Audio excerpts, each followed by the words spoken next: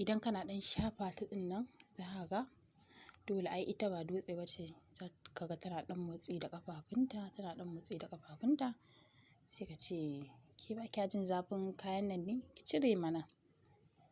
Sai ka cire mata riga, ka cire mata skirt. To daga nan fa za ka soma aiki. Kana cirewa za ka ga kayan aiki. Nonuwanta za su fito, za ka matse ta jikinka, ka cire base ɗin da ke jikinka, ka cire nonuwanta za su fito a cikin brazier. Ka ɗan fara shafa ta, kana ɗan shafa ƙugunta, kana ɗan shafa hannayenta, kana irin mata irin magana gajiyar biki waye baye dai da sauransu a haka dai. Har ka ɗan fara shafa wuyanta. In kana shafa wuyanta, a haka hannayenka har su sauko, har su zo kan nononta. Kana ɗan shafa nononta haka a hankali, a hankali.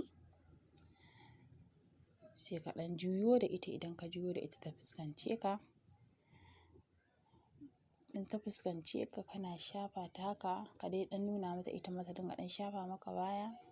Ka yi ƙoƙari ka cire mata brazier. In ka cire mata brazier, ka ɗan fara wasa da kan nonon.